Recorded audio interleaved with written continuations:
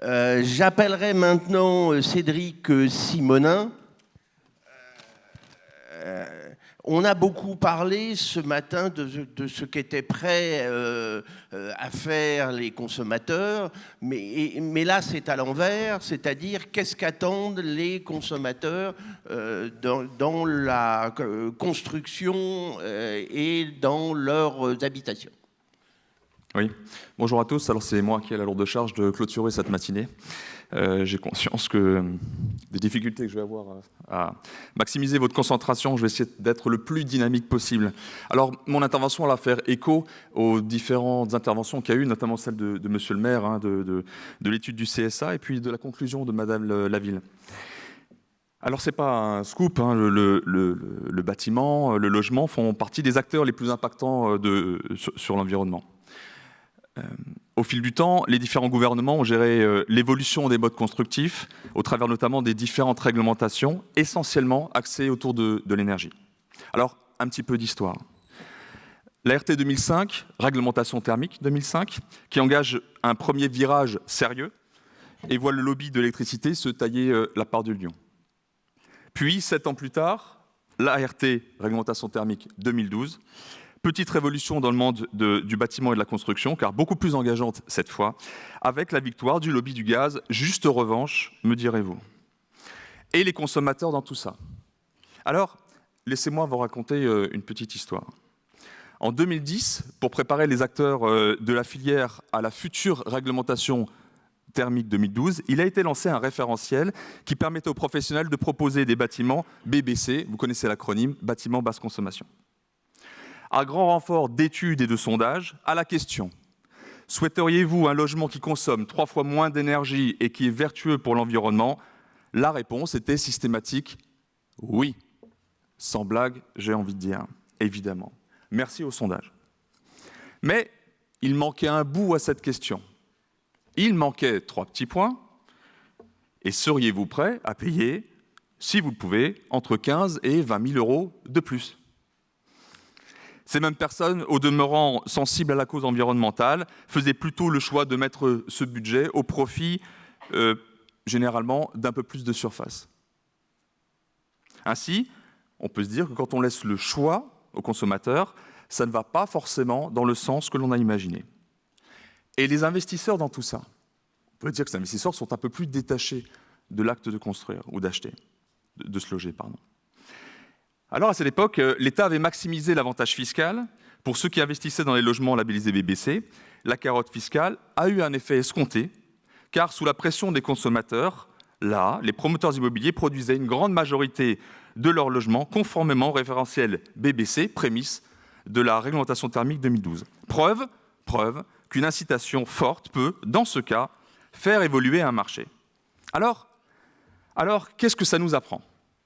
Eh bien, en marketing, on fait le distinguo entre 2 choses, les besoins et les attentes. Dans la construction, les besoins sont toujours exprimés. Un lieu, une surface, une prestation, un prix ou une économie d'impôt pour un investisseur.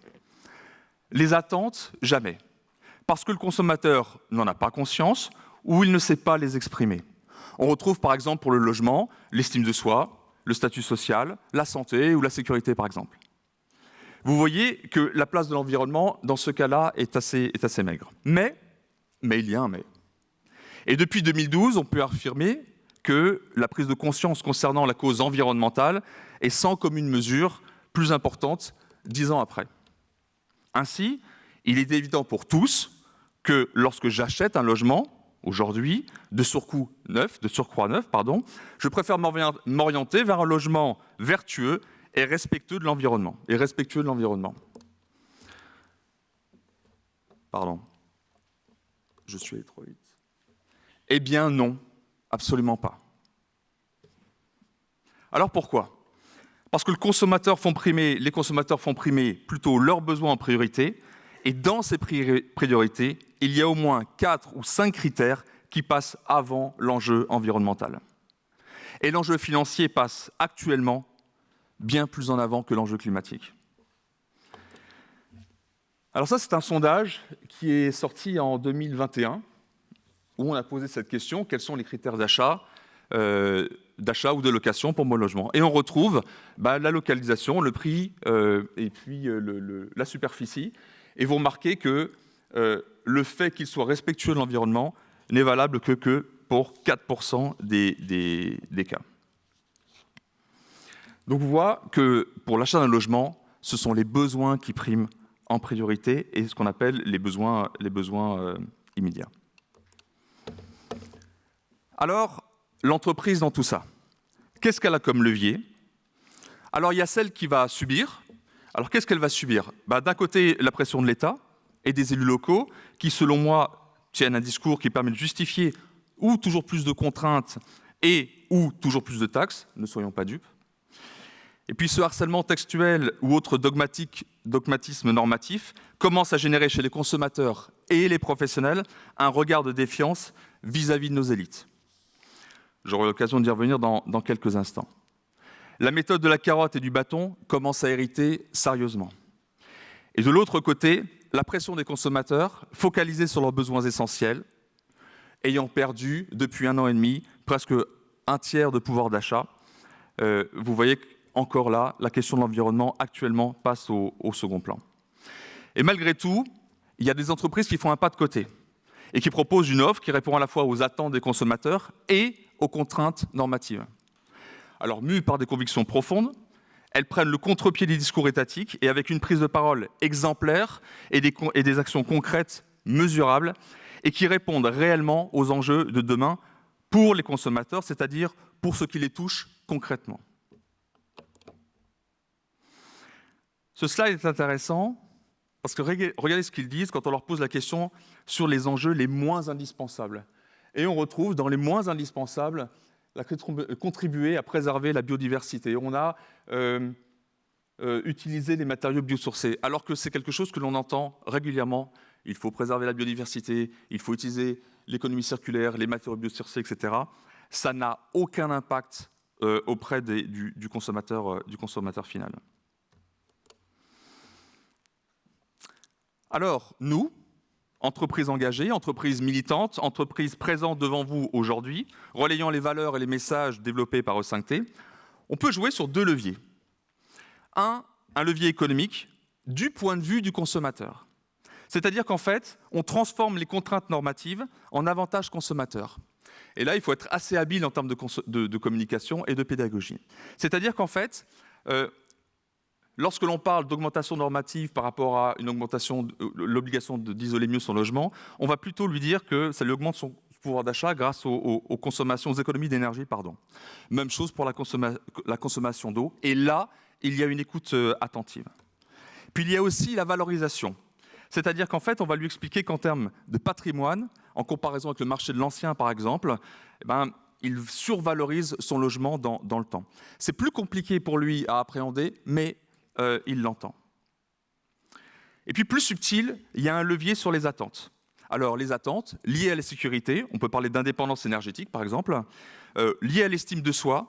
Et ce que l'on commence à retrouver, c'est un jugement et un regard des autres, notamment pour les gens qui habitent en maison individuelle, qui certains jugent comme étant des gens qui sont plutôt égoïstes et individualistes, parce que depuis la loi ZAN, zéro artificialisation nette, on estime qu'ils mangent ou qu'ils prennent sur des terres agricoles. Et puis, il y a la question de la santé, qui n'est pas tout de suite imaginée par les consommateurs finaux, mais la qualité de l'air intérieur travaillée depuis de nombreuses années permettait de faire comprendre aux gens que on sait que les logements sont 5 fois plus pollués à l'intérieur qu'à l'extérieur, notamment par les éléments qu'on appelle les COV, composés organiques volatiles.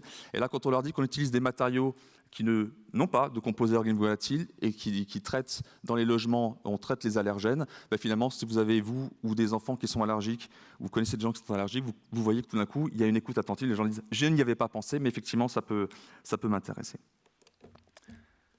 Je ne sais pas si je suis bon dans le temps, pas du tout. Donc encore un petit sondage, je passe vite là-dessus, puisque là on retrouve ce que j'ai dit juste avant. Là, j'ai fait un petit résumé de ce que j'ai dit encore avant, et je vais aller assez rapide sur les manières coercitives. J'avais l'exemple du DPE, mais que je vais pas développer, parce qu'il me reste 35 secondes, donc je vais arrêter là. Je vais aller tout de suite à la conclusion, c'est peut-être plus simple.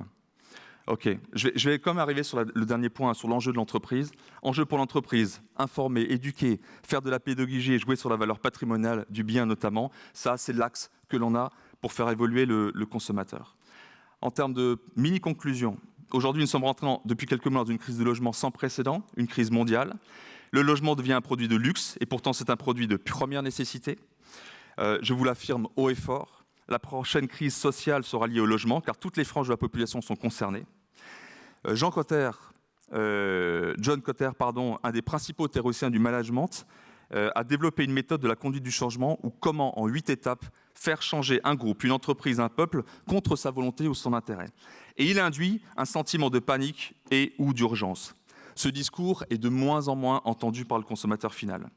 D'autant que le gouvernement apporte de moins en moins de solutions, et il y aura, selon moi, un effet boomerang. On est dans une forme d'idiocratie, avec des gens qui vont subir les effets dommageables de leur propre politique. De son côté, l'entreprise qui pratique l'homéostasie, un équilibre dans un perpétuel déséquilibre, essayant d'anticiper la valse des réglementations et de l'instabilité fiscale, alors que la construction, par essence, s'étend sur un temps long. Son salut passe par 2 axes. 1, la pédagogie, en expliquant que ce changement de paradigme est vertueux sur le long terme et bon pour son porte-monnaie. 2, l'innovation, qui permettrait d'absorber le surcoût du rouleau compresseur normatif. Enfin, et au bout de la chaîne, le consommateur pris entre l'étau à multiples mâchoires, d'un logement toujours plus cher, de normes toujours plus restrictives et coercitives non comprises, une fiscalité toujours plus lourde. Je vous assure qu'avec cela, la place laissée à son acceptation de la préservation de l'environnement est plutôt faible. Il serait d'ailleurs en droit de se demander si la phrase de Klaus Schwab et Thierry Malray « Vous ne posséderez rien et vous serez très heureux » n'est pas une prophétie. Ainsi, les consommateurs souhaitant devenir propriétaires de leur logement seraient en droit de se demander s'ils ne deviendraient pas un peu déconsidérés. Écrivez-le au choix en 1 ou 2 mots. Je vous remercie. Merci.